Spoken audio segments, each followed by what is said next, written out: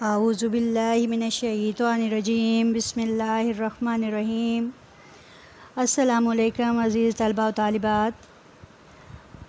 سورہ انفال الدرس الثانی الف، آیات نمبر 29 تا 37۔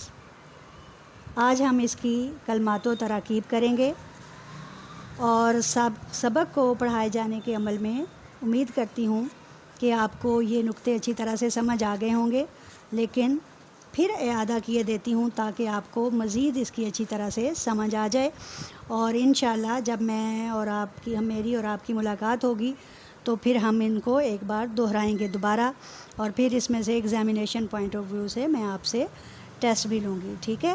تو شروع کرتے ہیں۔ کلمات و تراکیب، یہ دونوں الفاظ جمع ہیں، کلمات کلمہ کی، تراکیب ترکیب کی، ٹھیک ہے؟ تو یہاں پہلا لفظ ہے ہمارے پاس یثبتو، وہ قید کر دیں۔ یہ لفظ جو ہے یہ دوسری آیت سے لیا گیا ہے، جس میں کہا گیا ہے کہ وہ آپ صلی اللہ علیہ وآلہ وسلم کے خلاف چال چل رہے تھے کہ خدا نخواستہ اگر آپ صلی اللہ علیہ وآلہ وسلم خدا نخواستہ کہ وہ آپ صلی اللہ علیہ وسلم کو نقصان پہنچائیں، وہ آپ صلی اللہ علیہ وسلم کے خلاف چالیں چل رہے تھے، اور وہ چال کیا تھی؟ ایک ان میں سے چال یہ تھی کہ انہیں قید کر دیا جائے۔ یہ چال جو ہے، یہ سازش جو ہے، یہ مشورہ جو ہے وہ ابو البختری نے دیا تھا، ٹھیک ہے؟ جس کو ناپسند کیا گیا۔ بعد میں ہشام بن عمر نے ایک مشورہ دیا، اور وہ یہ تھا کہ آپ صلی اللہ علیہ وآلہ وسلم کو جلا وطن کر دیا جائے۔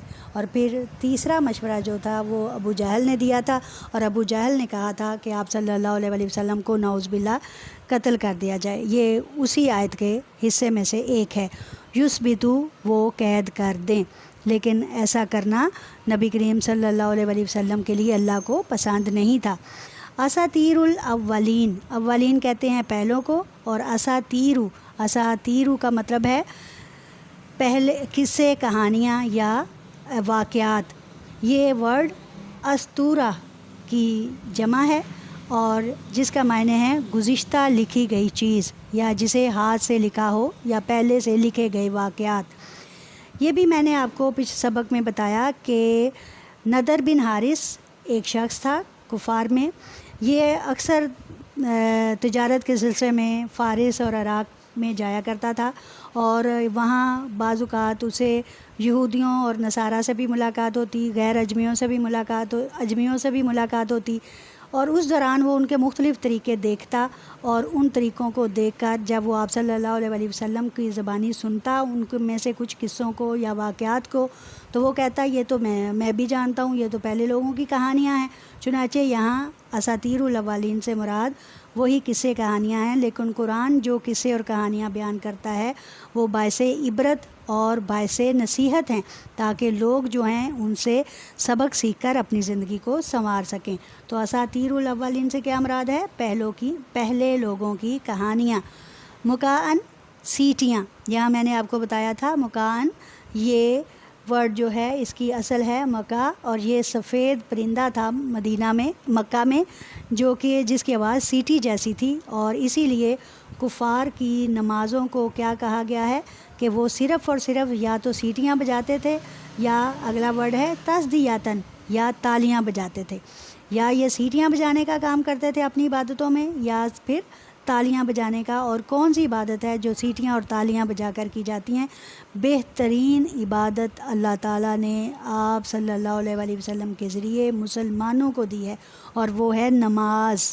نماز بہترین عبادت ہے جو مکمل خاموشی، محبت اور توجہ سے سنی جاتی ہے اور کی جاتی ہے، اور اس کے ایک ایک عمل میں اللہ اور مسلمان کی ملاقات ہوتی ہے۔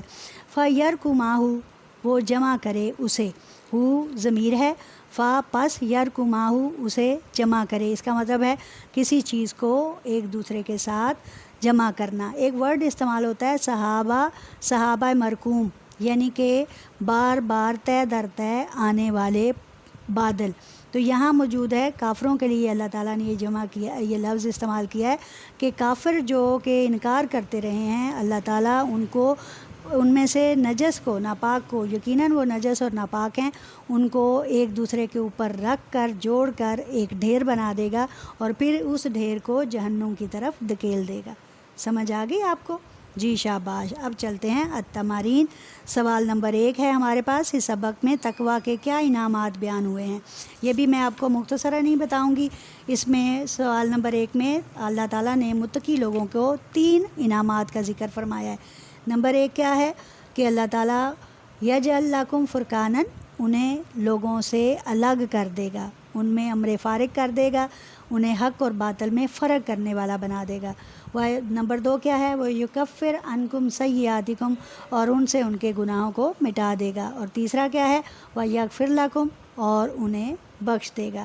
یہ 3 انعامات ہیں جو اللہ تعالیٰ نے خاص طور پر متقی لوگوں پر فرمائے ہیں. ٹھیک ہے.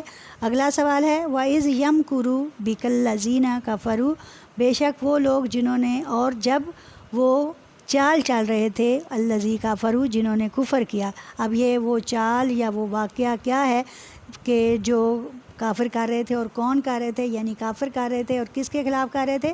آپ صلی اللہ علیہ وسلم کے خلاف. اور وہ کیا تھی کہ یا تو آپ صلی اللہ علیہ وسلم کو قید کر لیا جائے، یا آپ صلی اللہ علیہ وسلم کو جلا وطن کر دیا جائے، یا آپ صلی اللہ علیہ وسلم کو نعوذ باللہ شہید کر دیا جائے. اور ایسا اللہ تعالیٰ نہیں کرواتا، ایسا اللہ تعالیٰ کو پسند نہیں. ٹھیک ہے. اس میں اسی واقعے کی طرف اشارہ ہے کہ جب کفار نے یہ چال چلی تو اللہ تعالیٰ نے آپ صلی اللہ علیہ وسلم کو حضرت جبرائیل کے ذریعے اس سے آگاہ فرما دیا، اور آپ صلی اللہ علیہ وسلم کو ہجرت کی اجازت دے دی. سوال نمبر 3 ہے کفار کے مطالبے کے باوجود اللہ تعالیٰ نے ان پر عذاب کیوں نازل نہ کیا؟ ان پر عذاب نازل نہ کرنے کی اللہ تعالیٰ نے 2 مین وجوہات بتائی تھیں، جو یہ ہیں. نمبر 1، وَمَا كَانَ اللَّهُ لِيُعَذِّبَهُمْ وَأَنْتَ فِيهِمْ، یعنی کہ اللہ تعالیٰ ان پر عذاب نازل نہیں کرے گا جب کہ آپ ان کے اندر موجود ہیں.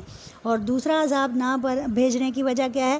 وَمَا كَانَ اللَّهُ مُعَذِّبَهُمْ وَهُمْ يَسْتَغْفِرُونَ، جب کہ ان میں استغفار کرنے والے لوگ موجود ہیں. یعنی 2 وجوہات ہیں جن کی بجا پر اگر کافروں نے پتھر برسانے کا، آسمان سے پتھر برسانے کا مطالبہ کیا ہے، تو اللہ تعالیٰ ان کے اس مطالبے کو پورا نہیں کرتا، کیونکہ جب تک اللہ اور اس کے رسول، اور اللہ اس میں موجود ہیں، اللہ کے رسول صلی اللہ علیہ وسلم وہاں موجود ہیں، اور صحابہ کرام موجود ہیں، اور اللہ کے نام لینے والے وہ لوگ بھی موجود ہیں جو اللہ سے ڈرتے ہیں اور وہ استغفار کر رہے ہیں، تو اللہ تعالیٰ کو ابھی ان کے اندر پتہ ہے کہ ابھی ان میں نیکی کو قبول کرنے کی گنجائش موجود ہے، اس لیے اللہ تعالیٰ ان پر عذاب نازل نہیں فرمائے گا. یہ 2 وجوہات ہیں.